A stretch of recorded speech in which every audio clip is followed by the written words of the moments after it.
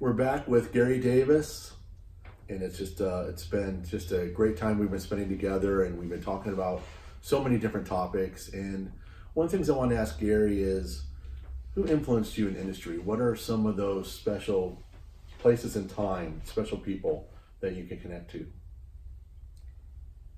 That's an easy question for me to answer. First of all, I love history. And when I first got in the brick industry, I quickly developed a love for the product and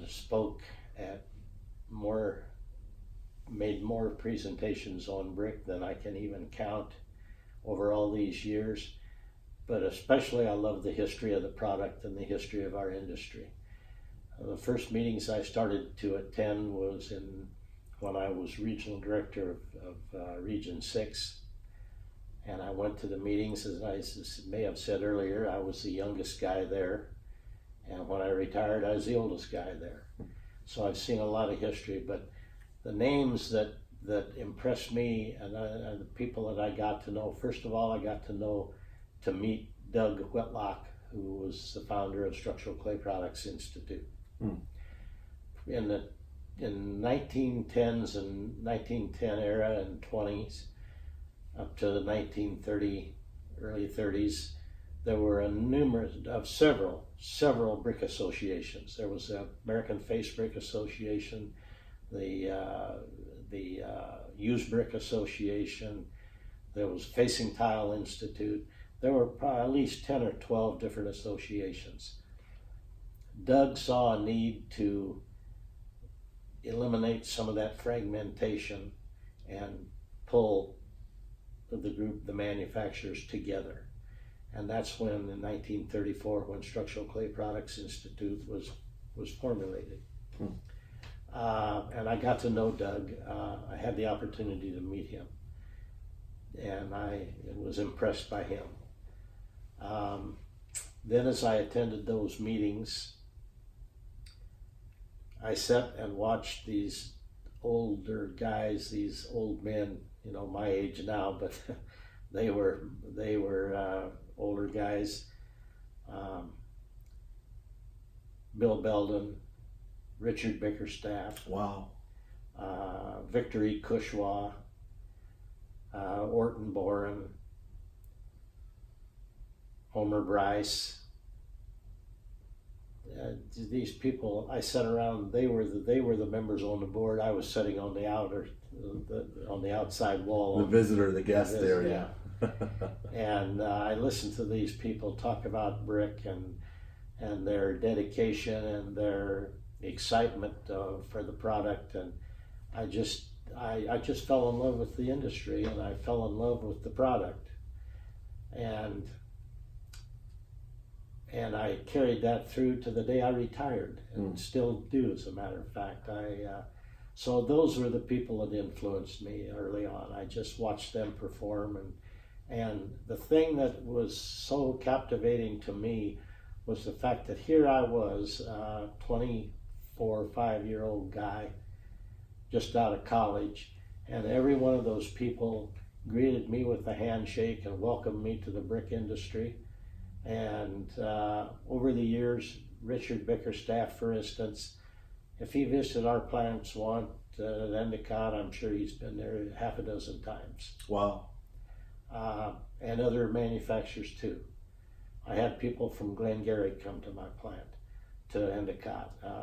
I say my plant because I felt that. Yeah.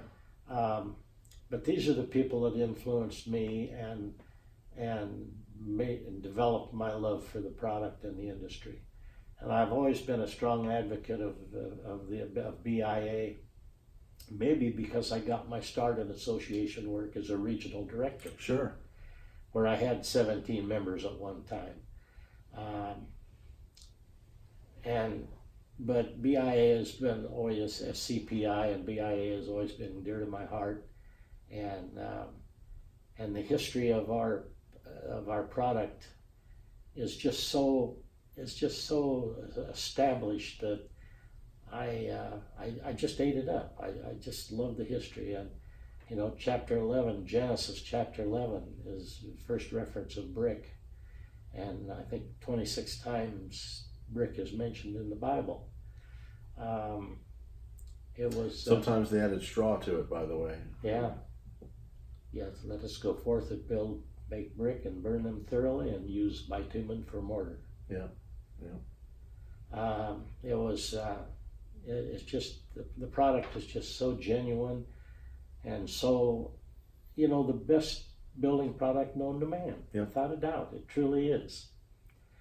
And then over the years, as I knew these people and then got involved in the distributor market when I joined Endicott, and really got involved, I knew people like, well, for instance, the three people that were the founding fathers of the Distributors Association. Harry Spalding and Maurice Goldberg. Harry Spalding was Spalding Brick Company in Massachusetts, in Boston. And I knew Paul real well. Paul Farrington, sure. Yeah. And Maurice Goldberg at Belden Stark Brick Corporation in New York, and Jack Donahue at Corning Donahue Company in St. Paul, Minnesota. Okay. Those three people sat around over cocktails one night and laid out the bylaws and the foundation of NADD, the National Association of Dealers and Distributors.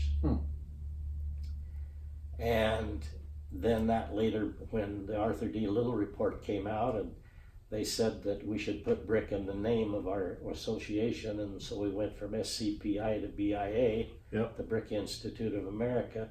They changed their name from the National Association of Dealers and Distributors, NAD, to NABD, the National Association of Brick Distributors. Okay.